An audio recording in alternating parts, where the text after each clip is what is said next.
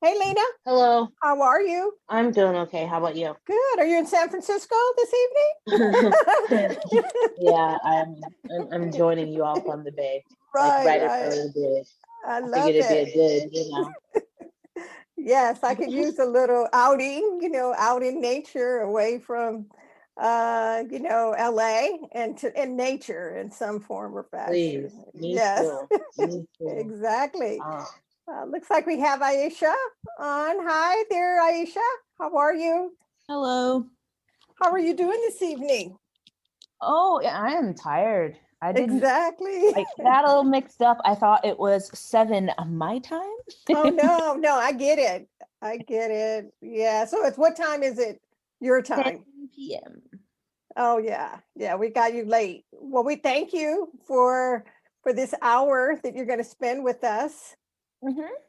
And I guess we'll kick in now that everyone is here because it's 7:01 and we want to make sure we use all of our time because the hour will go by really fast. So before we start, I just want to make the introduction to all our listeners this evening. Welcome, and we have an exciting conversation, I believe, that's going to take place tonight with first off my co-host that's been with me this month, Lena Williams, who is a bicycle safety education manager at People for Mobility Justice, as well as our guest this evening is Ayesha McGowan, who is a professional cyclist, African American woman professional cyclist for Liv Racing, and is also an advocate for the representation of people of color in the bike industry. I know that's a mouthful, and I have read all of your, at least the most recent articles, Aisha. And I'm not sure if Lena or Don or Bike Talk had an opportunity because I always share the links. And really, it is just, it's an honor to have you with us this evening. And I was just sharing with Nick, I don't think we could have ended our month better because your story is inspiring on so many levels. And also the fact that you really, you reach out in so many different circles and kind of that multi-generational from home, from family, from community, all the way to the biking professional industry and that whole competitive edge that's involved in that. So I want to be able for you to share your narrative and tap into that because really it's about where are we rolling into. So I think your message really taps into that. Where are we going, with all these conversations with professional cycling, with grassroots, with the grassroots work that we do to represent people of color. And a lot of the topics that we have tapped into have been pretty heavy from the standpoint of mobility justice and just being able to move around in space on a bike. And I tell you, this week really has really kind of been knocked out for me because of our conversation last week where we were talking on the Green Book, and Lena was sharing her personal narratives of what she experiences as an African American person that's out in space on her bike.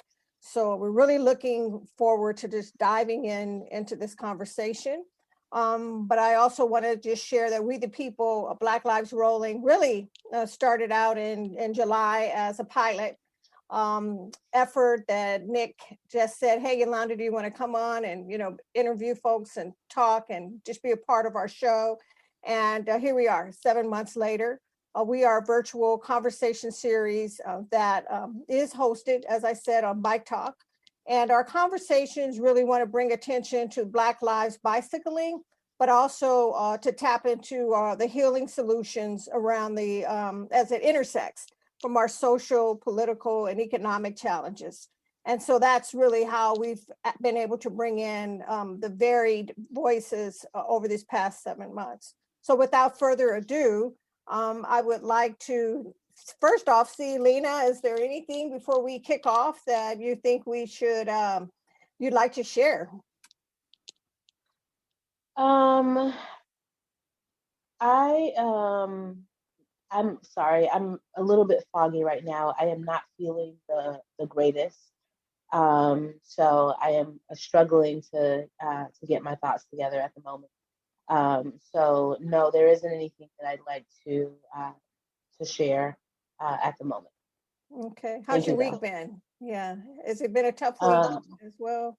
it's been a long week. There's been a lot of things going on, a lot of moving pieces with work stuff, but also just a lot of moving pieces Mhm. personally. So yeah, but yeah, I am feeling a little sluggish, and yeah, so hopefully it's not the thing that I've been trying to avoid this entire time. Yes. But but Yeah. maybe something else, because other things are possible too in this Yes. in this world. So Yeah. but no, I've just it's been a pleasure to be a voice on the show for Black History Month.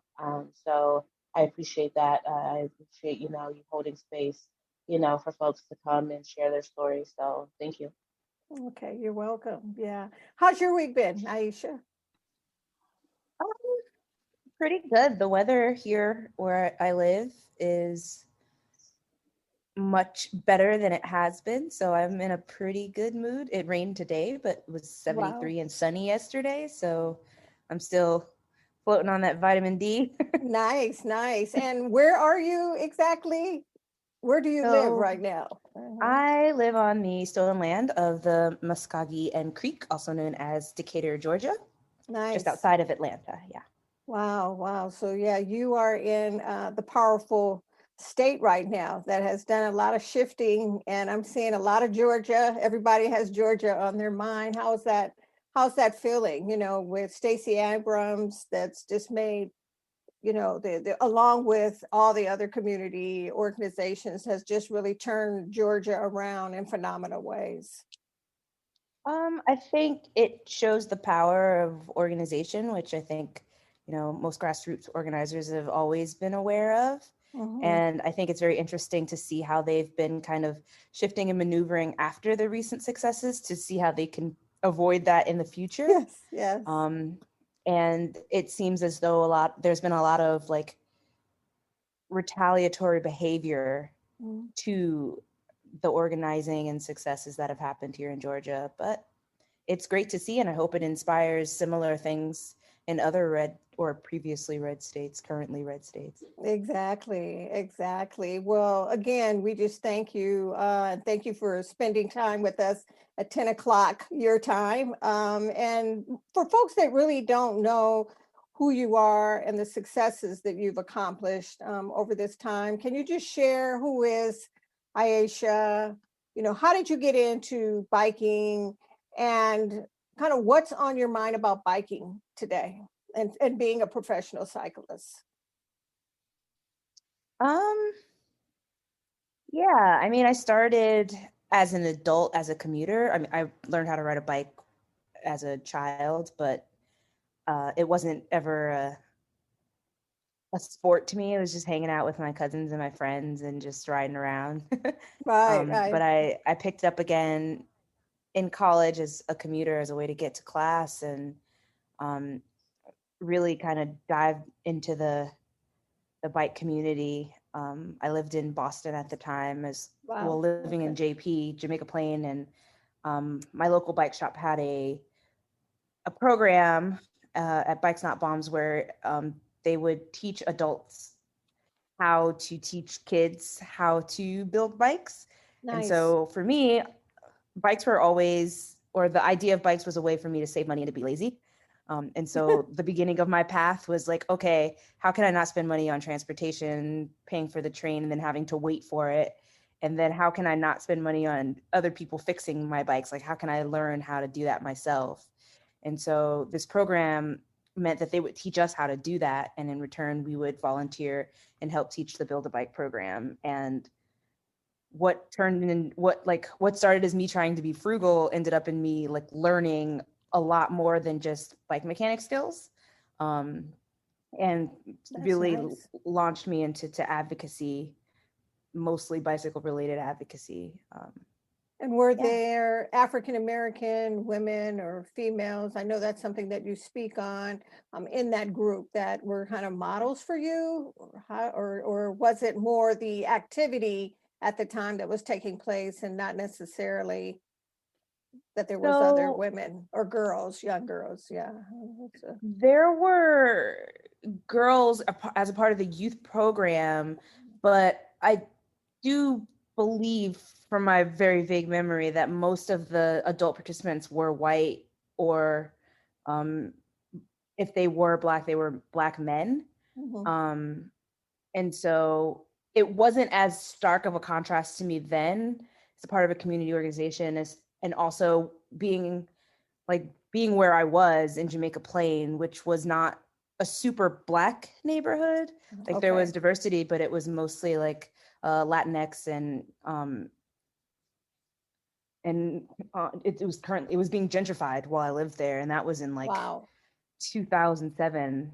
And when I Okay. left in 2010, I think shortly after, Whole Foods moved in, so it was kind of a wrap after that. Wow. Oh no, don't say that. I have a Whole Foods right down the street that's going up, which we already kind of know.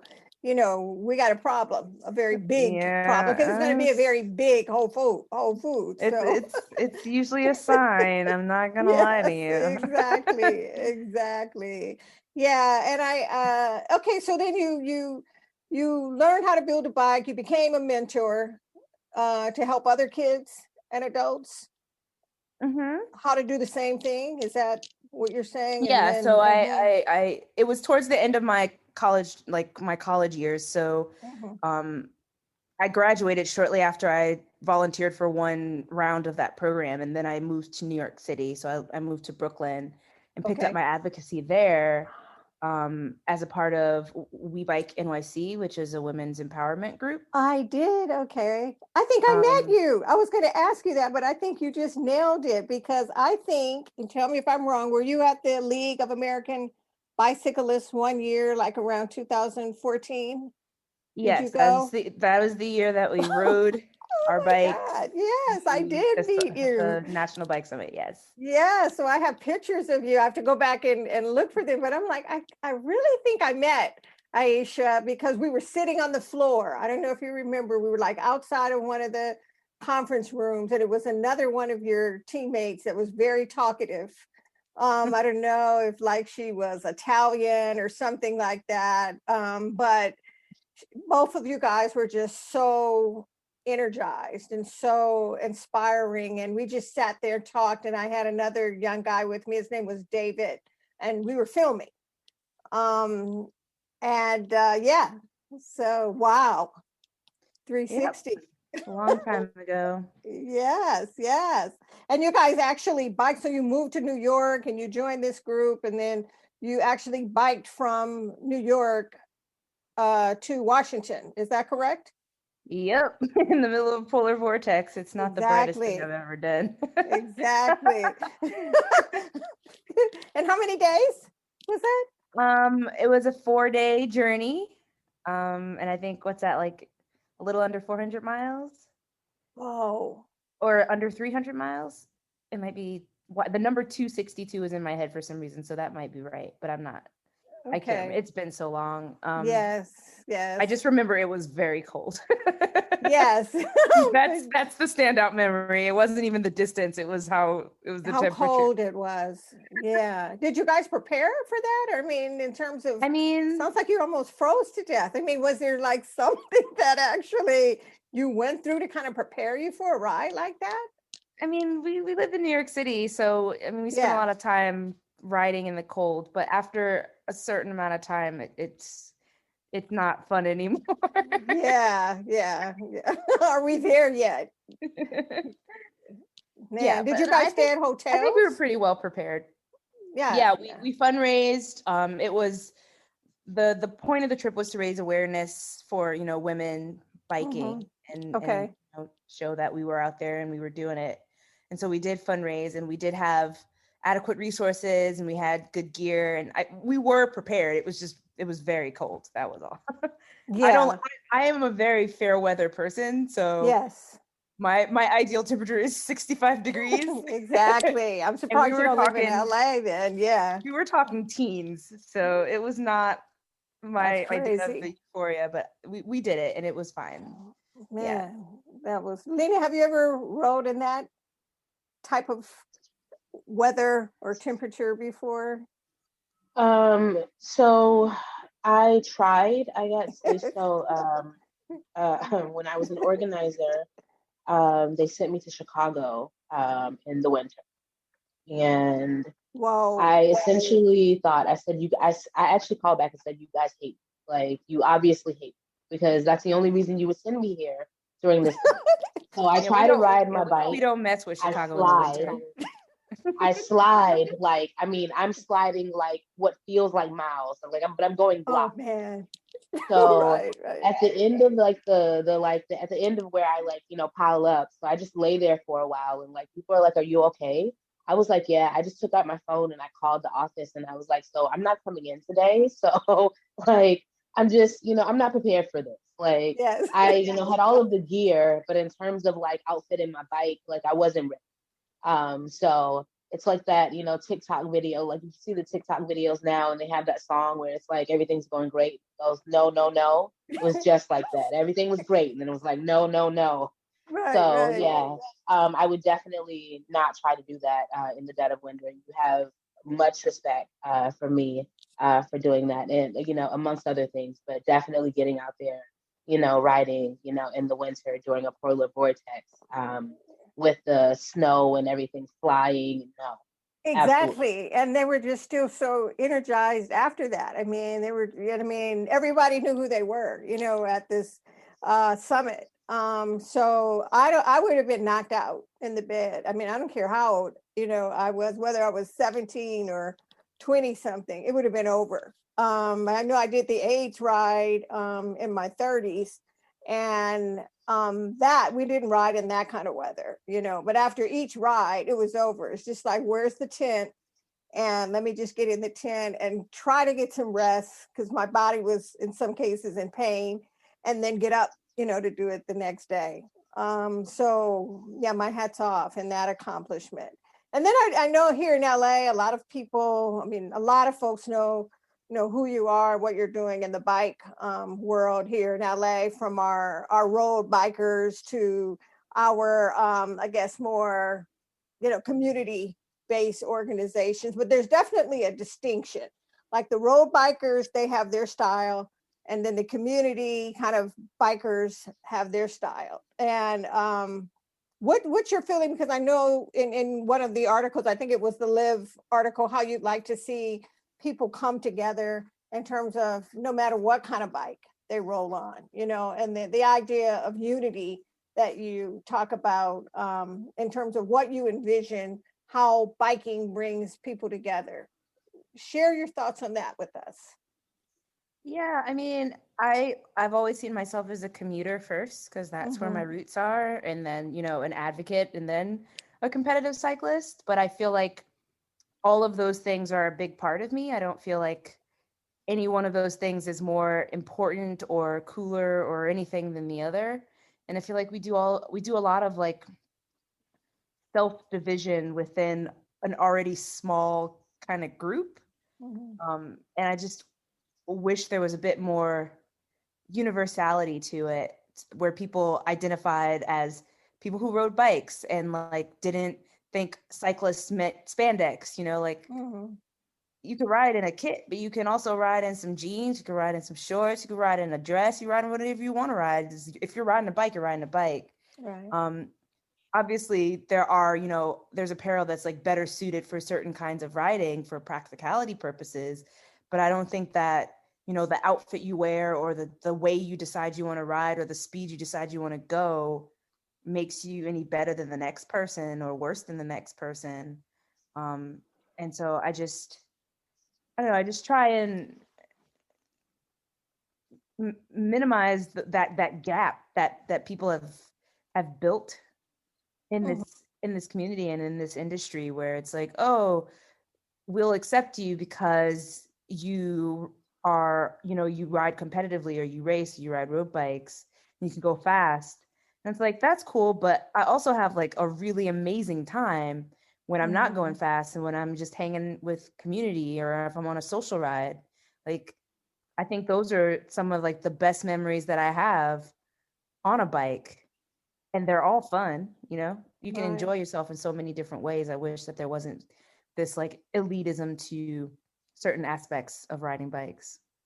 I totally You hear you. mentioned Mhm. you mentioned the community aspect, and I was just thinking about it. I met you in Atlanta at a RBG community ride. Mhm. You were out. You came out one day. We were like in the West End at the park, and Zara was speaking, and she introduced you. And then we did like a ride. I can't remember where we went, but we started from the West End. I think maybe we went over towards like where Mia's tattoo shop is, but I forget. That sounds right.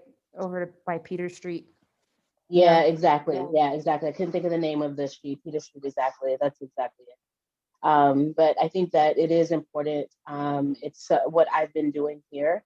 I planned community rides with a bike co-op so that we could, invite anyone to come, where we planned rides for everyone. So no one felt like they had to be outfitted in a, particular way, to join a ride or to, to share that, type of community with folks.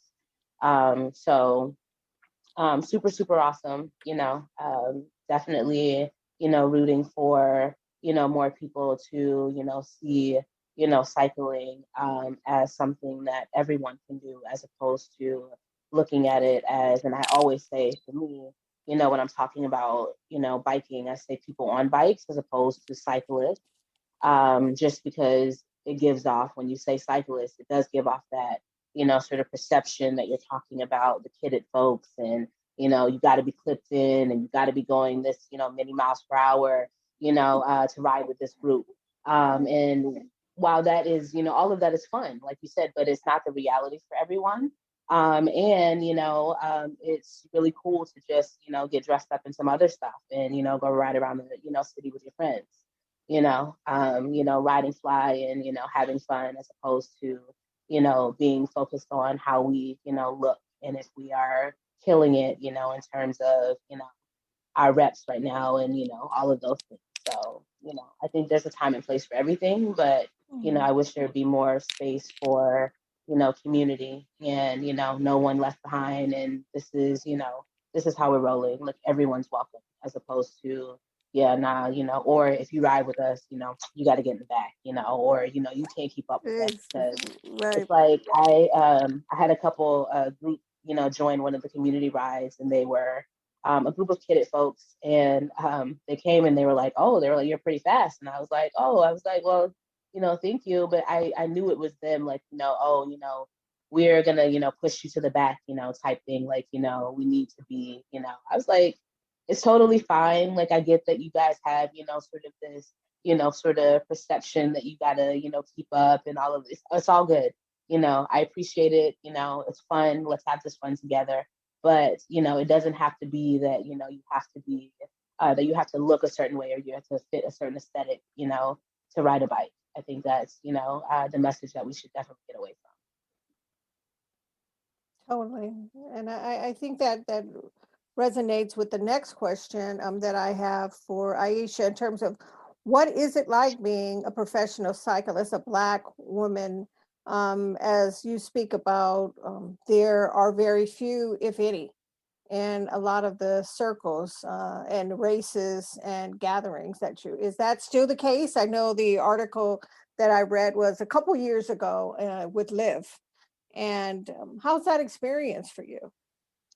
It's definitely a lonely existence. I think there are, a handful of Black women who do ride competitively at the amateur level or at the elite level, but there are, as far as I know, are not any in America at the professional level.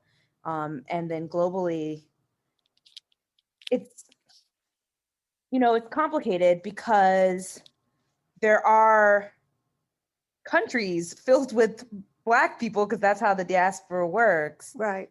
But they're not necessarily the folks that are populating the competitive scene. Okay. And so there are places where there are just a general concentration of more Black women on bikes who are racing, but they don't get to race the global population. They don't get to race at the very top level because their countries are small, their federations can't get them there, they don't have the resources or the support that is necessary to make that happen. So they just race within their country domestically, or within their region. Wow. But as far as like the world tour or the European circuit, I think now, I know Tennille Campbell is the only one that I can think of who is a full-fledged roster member of a world tour team. And now, as of August, I will be a trainee on a world tour team. And I've seen that Celine, who is a cyclocross racer, she was actually a world champion in 2020. And these are African American women, or no? These are Black women, but they're Okay. not African American women. So as far as African American women, I'm the only one. Wow. But they're like, you can see me like digging the depths of my brain trying to even find Right. Black women Right. at this level of the sport, which my goal was to be the first, not to be the only. So there are wow. there are plans in place and things that are happening to make it so that there's a pathway for other people to do this if that's what they want to do. Yes. Because the thing that I discovered in being on this journey is that there's not really a path that exists. Like you have to, you're paving it. You have to make it up as you go along. And I don't want that for other people. I don't desire that for other people. Because I mean, I personally feel like I'm a very resourceful person. I'm a very like get after it type of person. But I feel like there's so many women out there, Black women, African-American women, who probably infinitely more talented than I am, that if a path was presented, they could go on it and then they would get there, Wow. Like that's powerful. Just because you're talented doesn't mean that you also have that like resourcefulness to build the bridge to get to the place. Maybe you just need to be at the place and then show out, and ride your bike and race and do well.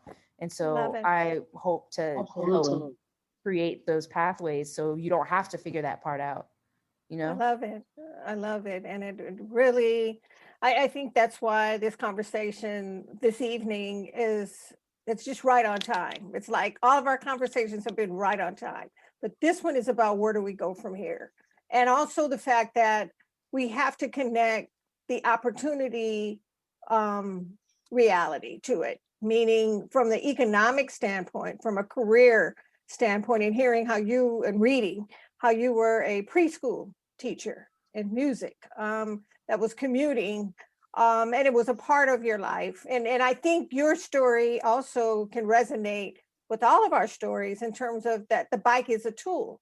That's the way it was for me. That's how it happened. I rode as a kid, then I rode as an adult, and then I did the age ride, and then the age ride changed my life. And then I joined a bike groups here in LA, and we're riding anywhere from 70 to 80 miles every weekend.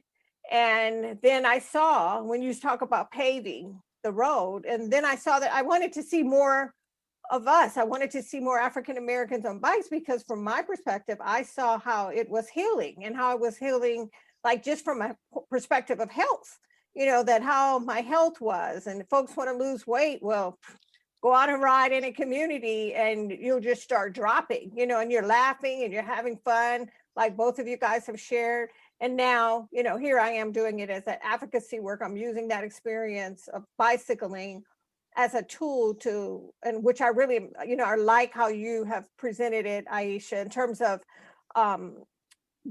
finding ways for it to work for us as opposed to against us. And for us, humanity, pretty much. But we always still, as much as we want to do this unifying and this humanity thing, the politics, the green books, the mobility justice issues are still there. The roads, as you talk about, those roads that don't exist for probably qualified young people all over the place, that if you are guiding them, or the activities that you are setting up will now start acting as a navigation to help them to become professional cyclists. And what did you have to do to prepare? Was it really hard to the riding in terms of I read about, just you're getting yourself in shape to be a racer. I mean, I and the don't. dedication. How did you do that? I think that could be a whole podcast by itself. I know, I'm sure it could. I don't know. We have time for all of that, A but snippet of, I think yeah. I think that part of it in itself is, super challenging. I'm the kind of person where, there are certain things that I want somebody to just tell me what to do, right? And then when it comes to bikes and, especially like road cycling, everybody's an expert. Everybody knows what you need to do. Everybody knows what you need to wear. Everybody knows what kind of equipment you need to have. And nobody actually knows what they're talking about. And so there was a lot of like sifting through that and figuring out who to actually listen to, who to not listen to. Wow. Okay. And as a Black woman, I feel like I've been, I've had my share of, folks that, how am I going to word this? Where their intentions may have been good, where they wanted to help. They saw what I was trying to do, but it felt more like an exploitation type of thing, where they wanted to be a part of the story and they wanted to be a part of the journey, but they were not the person that needed to be helping me get there. And so I feel like in certain ways it hindered me, and it made me not feel like I was in a safe place. But when it comes to that, like, coaching, mentorship dynamic, you're putting a lot of trust into those people. You're putting a lot of trust into that relationship. And by the time you realize what it is, Right. you're like in the middle of it. And so, I mean, the simple answer to your question is I ride my bike a whole lot. And figuring out, how I need to ride and how long and what intensity and intervals and what specific workouts.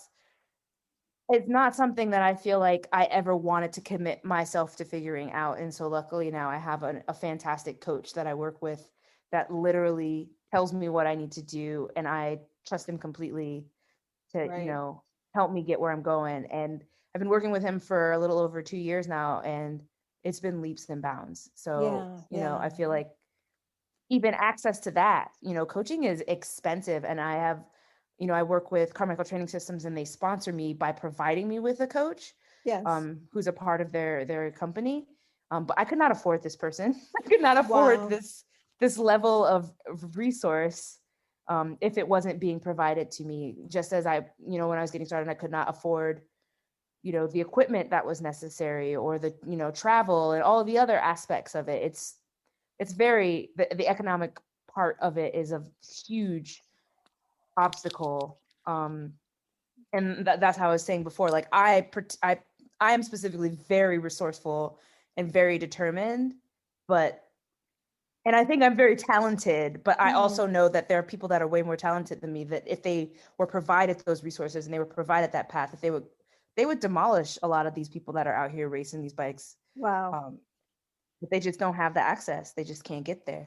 I hear you. And that is, that does kind of fall in the category of mobility justice, just from the standpoint of being a professional cyclist. It's a category in itself. And I believe that, back in the day when I was had launched the Ride and Live in Color, I mean, that really, first off, just to hear your story. I mean, that's the beginning. Wow, I didn't know Black people or people in general can actually get good on a bike, possibly go to a college and be on a cycling team, that this could actually be a career. And so I think we need to have more of those conversations and include them kind of in more of our opportunity, category. What do you think, Lena? I definitely think that there needs to be more conversation about the possibilities of what it means to be a bike professional, as I call it, because there are many different, roles that we can play as professionals in this, biking world. Some may want to go and, race. I am very curious though, Ayesha, would you recommend that up and coming cyclists who may be considering the professional track, that they practice on like going to a track or like a velodrome type situation, or just, having access to, riding, on the road, and like, getting, looking up some, different, information about what coaches recommend that you should be, aiming for in terms of like targets? Or do you think that, it's worth the investment? I know that some of them, one here offers discounts to younger people, but I don't know that they offer discounts to, just adults or folks just interested in taking or having a membership to use the track. So that was a multiple part question. First Indeed, part, I'm sorry. the first part, I started on the track in Queens at the Casino Velodrome in Queens, New York. And I think that set me up with a really good foundation, because it was just an opportunity to get into competition in a very structured environment. And track bikes are simple and they're less expensive. They have less parts. They have, it's a really great entry point. And so the economic factor is a little bit easier when it comes to riding on the velodrome. And most velodromes have programs and programming, usually for youth. The Casino Velodrome has a women's track clinic, I think twice every year. And so that's where I got my entry point. But I think the track is a fantastic place to start and or end. Like, you don't have to ever ride a road bike if you don't want to. And I think that also speaks to the fact that there are multiple disciplines in competitive cycling. Like, I focus on road because that's what I wanted to focus on, but there's cyclocross, there's mountain bikes, there's BMX, and track. I think that's all the main ones.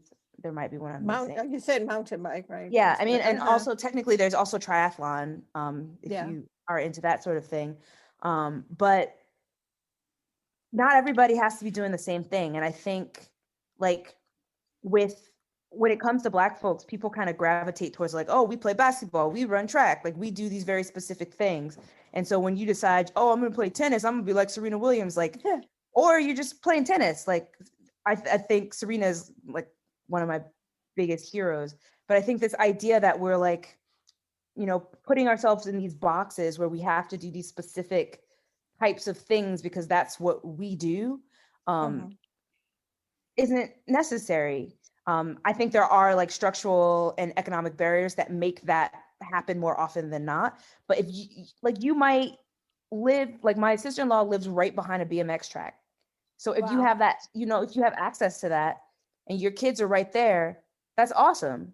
And that might be more convenient and more accessible to you than trying to go to a velodrome or trying to, start on a road bike. Like, it's kind of, your environment helps dictate that path for you sometimes. Yeah. But I wish more people would explore or have the opportunity to explore, the different disciplines, because they're all fun. Like, I've just recently gotten into riding on gravel and, doing mountain biking because I have those resources now and I have access to that. And it's not something that I would have ever considered before, but it is a lot of fun. And I think if I wasn't, the age I am and have already the my brain hardwired for safety the way it is, I would have probably really, really enjoyed going real hard in the paint and those other disciplines.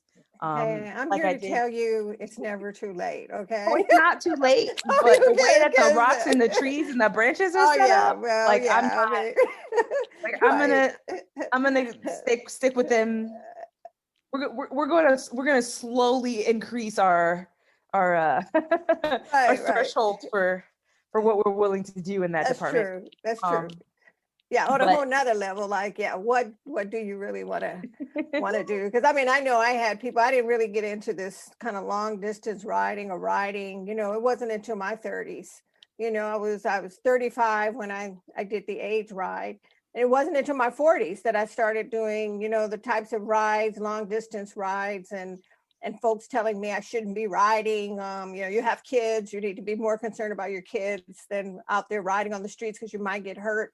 So, there's always going to be that group that says it's not comfortable because of their fear on what you should be doing. And then until this day, I'm 60 now. And so, to be able to still get out there and just ride on the bike, which I don't think of myself as 60, but I am. And, so, it's still like, this isn't going to stop me. So I think you are true. I think that's also just a part of really letting folks know in this kind of multi-generational conversation that we're having, that don't stay in the box when it comes to really anything that you're told you can't do. And but we're talking about biking right now, and bicycling and advocating and being a change agent in your industry or in your community. That's how we see change. That's how we pave new ways of living and be able to have those types of opportunities. And I'm just looking at again, this article that was written on you and Liv, which I want to ask you how that experience is working, and being in this kind of corporate sponsorship. Is that what it is in terms of being a Liv racer?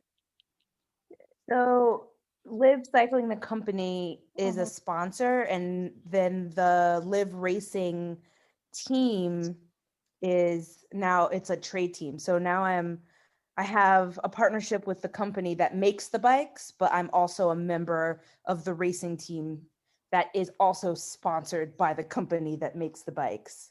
Wow. If that makes sense. Yes. Do you get a lot of fringe benefits? Are you living up in a house on a hill? What comes with this? House on a hill. I think, it's funny. I feel like I'm very privileged. I grew up I wasn't in a wealthy house, but we always had what we needed. And you see all these articles about, oh, I got out of $100,000 debt in 2 days. Sometimes it looks like, and every single time it's like, I lived with my parents and I didn't have to pay for anything. Right. And you're like, well, of course, that's how you did it. Exactly. But I was living in California, and it's just not the place for me. The weather. I didn't know you lived here. I lived in the Bay Area. Oh, okay. And the weather changes every 5 minutes. Yeah, it's crazy. The riding is fantastic, but I'm an East Coast person through and through, and so I just had to make my way back across. But exactly, I understand. Pretty much, my mom owned a house here, and this is the house I lived in when I was little, and she was renting it out to other people, and so I asked her to rent it out to me, and it was affordable, and so that's why we lived here, as a matter of convenience. But basically saying, like, I was trying to follow, I like to follow the blueprints of other people, and so I kept seeing that general theme of I lived in a place where I could save a lot of money and build myself up, and so this is the place that I could do that. That makes sense. It wasn't gonna let me live here for free, but it was definitely cheaper than Bay Area rent. It's definitely cheaper than New York rent. Yeah. And so, we've spent the past couple years here, and I've just been, training and building up my advocacy projects, and working with Liv has been great. I'm a go-getter, so usually with anybody that I'm working with, I like to make sure that the partnership is mutual. I don't ever want anybody to feel like they're giving me things. Right. Just I don't ever want anybody to feel like I'm a charity, because I'm not. Right.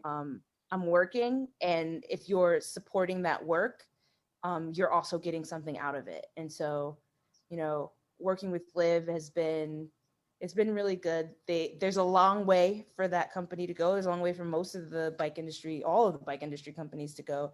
But they've been really good about listening and trying to re-strategize and rethink how they do certain things. And so I'm very thankful for that partnership. And it is also, putting me in the position to get to this, world tour trainee spot, which is literally a dream come true and always has been the goal. And so, half of it is talent and half of it is the people, right? So this was definitely one of those opportunity met preparation type of things. And so I'm thankful to have been in this position to be able to do what I'm doing. Yeah. No. So yeah. I hear you. And I love your story about you riding your bike, which your grandmother didn't want you to do, but to ride your bike to her house, which was about 80 to 100 miles It away is from where you live? 88 miles from where I live right now. We're 88 miles apart. Wow. And then But you I, got her on a tandem bike yeah, that might have been the time that Lena at was in 80? town. Oh, that actually was. Yeah, Oh, that wow, sounds like the was It it? same. actually was Yeah. on the See how tandem it's all bike. coming Yes, together? that Wow. actually was. Hmm. I forgot all about that. And you know what? After that, I said, like, I was talking to my then partner, and I was like, I really want to do a tour, like a tandem tour. Yes. And she was like, "Are you crazy?" And I'm like, "No, like I'm so serious." It's so Because I've fun. done a bike tour. I did a tour from Atlanta to South Carolina. So I was like, I totally want to do, a Was that tandem the Black tour. Freedom So Outfitters tour with Zara yeah. and Sam? So you've met Sam. I did not go Wow. on the one with Sam, but I have met Sam. Oh, did they do it Because more I than once? supported. I supported afterwards. Got it. Sam Okay. did a couple of them. Now, who sponsored this ride or whatever that brought you guys together at that time that you It were was there, a Lena? Red Black and Green community Oh, bike okay. anniversary. Yeah, Nice, nice. it's like the anniversary of the organization. Yes. They brought me. I was still living in California, and they brought me down to be there. It was really awesome. I felt amazing. It made me want to move to Atlanta, and now I'm here. Yes. Wow, that is And the now I'm in LA. connecting. I lived in Yeah. Atlanta at the time, and now I'm here. Isn't that something? How that, yeah, the connecting of the dots. And I think that's really kind of how this bike conversation and movement has happened. It really kind of kicked in, at least from my perspective. And I know Lena and I were talking about it, 2011, kind of where were we? I know in terms of folks that are all in the conversation or leaders today, we were at that League of American Bicyclists event, or we were at a Red Bike and Green event, or we were in Oakland, at Richmond Bikes with Brian Drayton, who was connected and knew all the folks at that time. So, we're here, we are paving the way, and that's why it's so important that we figure out how we can connect our dots and more in our bridges and our pathways in more impactful ways that you guys are both speaking on. And I want to have an opportunity to we've talked about the dream that became a reality for you, Ayesha, and then now you're a professional cyclist, the only African-American woman that is a Liv racer. And what you say here is so impactful that I race bikes. I am a bike racer. I've made sure I have all the things I need. I feel physically prepared. I'm with Liv now. I mean, let's just stop and let that resonate for a minute. I'm with Liv now. And I feel prepared, equipment wise, and I've got the nutrition figured out. And that's when you talk about your coach, that's been with you. I feel like I have all the pieces and it's up to me now to carry it across the finish line. And that right there, is both a manifesto, but it's also to tell those that are listening and kind of how you carry on, this is how you do it. This is how you roll. And I think we have to figure that out in all of what, in terms of what is up to us, what is up to me, what is up to Lena. And you've already figured it out, Ayesha, what is up to you. I want you to talk about your amazing, I checked out your website. It's so resourceful, right on time, just in terms of the information you're sharing. You've also have a Do Better Together program that you're putting out there. And then I just saw today, you have the, what is this called? It's The Abundance Summit. Yes, the Abundance. Can you tell us about that and those efforts, please? Okay. Do Better Together is a it's a virtual activity challenge. It used to be a virtual ride series that was bike specific, but this year I opened it up to any sort of activity. So there are people they've set goals to walk their dog, or they row or climb or whatever they get into. But basically it was more about, when I set my goal, people were super excited, and then suddenly I was super important. But I hate that. I hate that, like, I had to want to go professional for people to think that I as a Black woman mattered.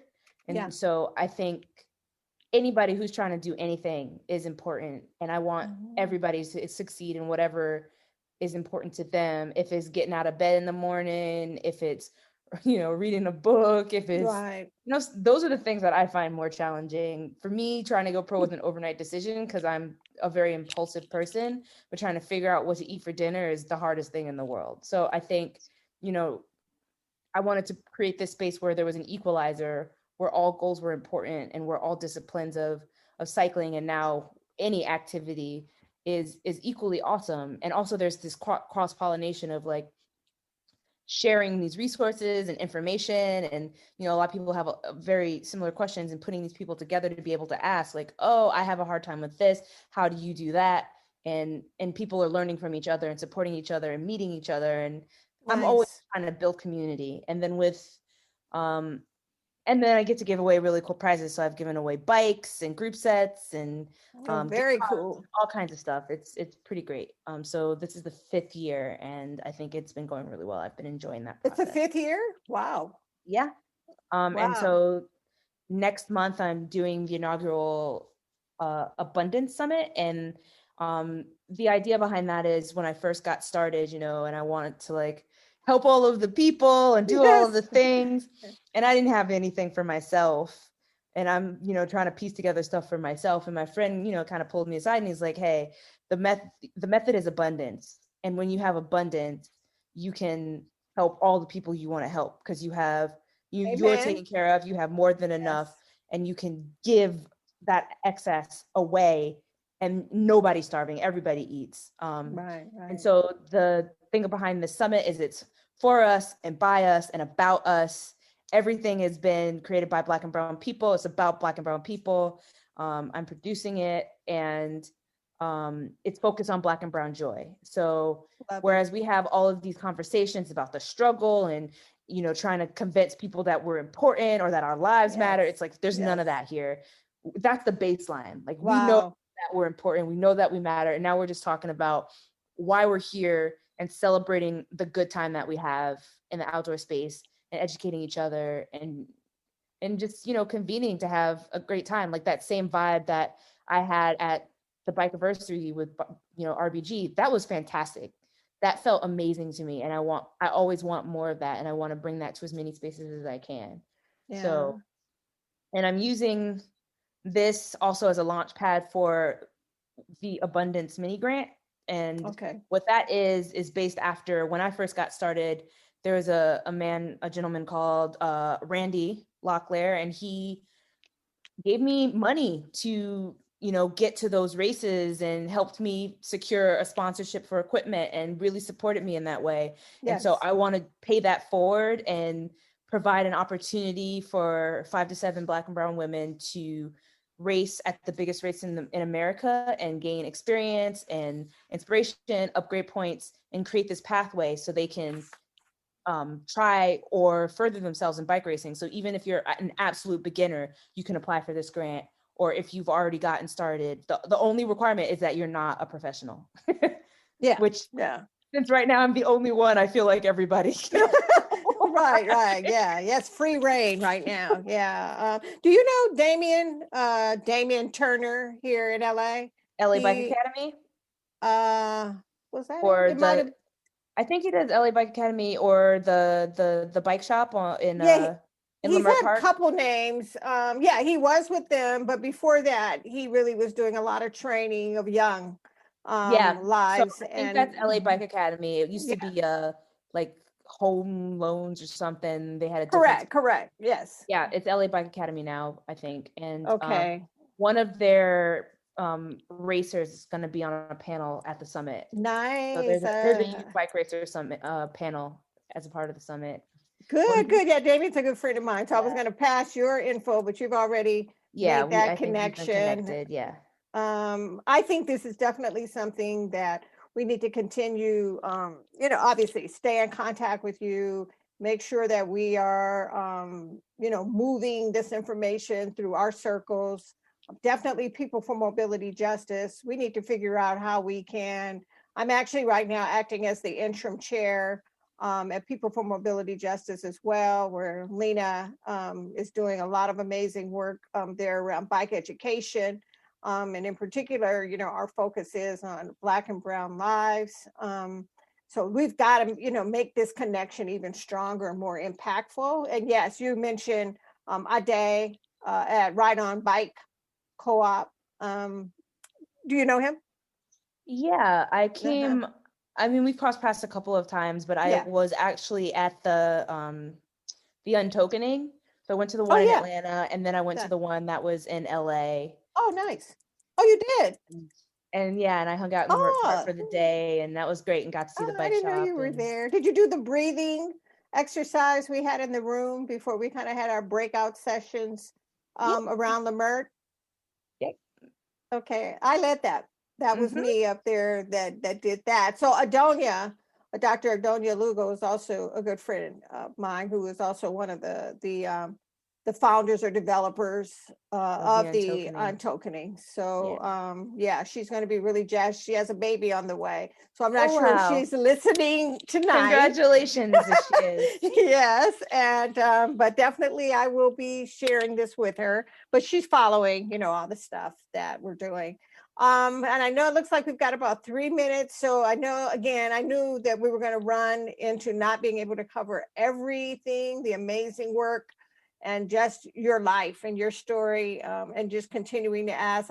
Lena, I would say that we've got about 3 minutes. Are there any key things maybe you want to ask before we kind of wrap up with Ayesha sharing her contact information and anything else for folks to, to follow her?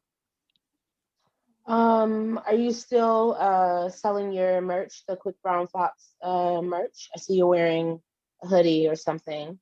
So curious about that, and if we can tell people where to get, your merch, so they can support in that way. Yeah. Yeah, so I have a shop on my website, which is aquickbrownfox.com.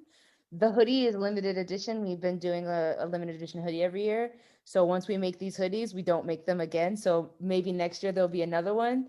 And they're For sure. always really cool. So maybe you'll catch, maybe folks can catch that usually around November, December time. But you can find me at aquickbrownfox.com. You can find information on Do Better Together and the Abundance Summit there and the mini grant. And you can find me in all the places on social media at I Suppose, which is AYESUPPOSE. And as far as support, helping spread the word about the projects that I have, the summit, the Do Better Together, and also I have a Patreon, which is Patreon/aquickbrownfox. So Okay. those Is are that all on your website, your Patreon? everything that is pertaining to me can be found at my website. Yes. Okay, I will share all of this on We the People, Black Lives Rolling, all these links along with the articles that I've referred to today. So folks can find out more and follow all the amazing, the journey that Ayesha is on at Liv as a racer, and also just as an advocate, standing up and making sure that she gets, more women of color, Black women, girls in this. So she's not out there alone, riding on the road, rolling on the road at high speeds. But Sure. also, I'm sure you've got some other bikes. So you might, some folks might be able to catch you when you're cruising one day. Lena, why don't we share a little PMJ contact info as we wrap up here? Yeah, so you can find us at People for Mobility Justice on Instagram and our website. Look forward to some things that we're going to be releasing soon. We are working on getting our schedule together. So we have some education classes coming up. You can find that through our Instagram, and we have some self-guided tours that we're going to be releasing that should be really, really fun and dope, connecting some of the beautiful pieces of LA and communities of LA in a really, really sweet tour.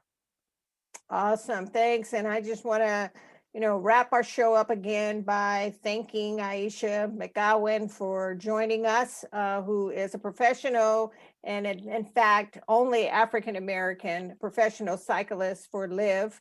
And basically, I will leave all of her contact information and articles on We the People, Black Lives Rolling.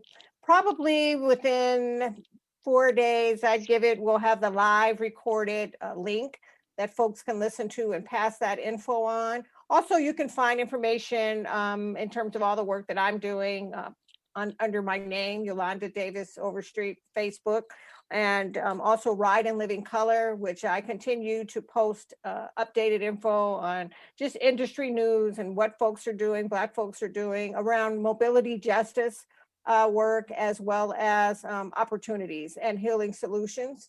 And also be on the lookout for a new effort that I'll be launching in the couple weeks called Ground Truths Network. It is going to be a community-based effort that really kind of brings everything that I've been doing together. So again, I thank Don and Nick for this opportunity on Bike Talk to make it possible for us to have these conversations on their platform. And I thank Lena for being a co-host this month in February, and you never know, we might get her back to do some more, but it's been a wonderful week. Every Friday, we've had some amazing people that we've talked on his story and on the Green Book, and Dr. Christopher West, and then Aaron McAfee on the global bikes in Tanzania. And again, that would, I can just see the dots connecting in terms of the work that Ayesha is doing with global bikes, with people for mobility justice, and the work Lena's doing, and just tying it all under, and just us having our ground truths and paving the way. So thank you guys again. And today's my daughter's birthday. She's 19. So saying happy birthday, Nia. And Happy birthday. yeah, after I get off, then it's, party time for her, whatever that looks like in COVID. But yeah, thank you again. And I just definitely, let's stay in contact, and I will definitely be following you, Ayesha, and everything that you're doing, and good luck. Thanks so much for having me. For sure. And I'm gonna look for those Thank you for pictures. joining us. And if I find them, I'm going to send them to you in Okay. Washington. Okay. Yeah. See you guys. Thanks for listening to this episode of Bike Talk. If you want to hear more, go to kpfk.org, navigate to programs, and choose Bike Talk. On the Bike Talk page, click on the archives link to play or download shows posted in the last 4 months. Go to biketalk.com and copy or click on the RSS link to subscribe. Our Twitter handle is BikeTalkPFK. On Facebook, we are Bike Talk. You can become friends and join our group.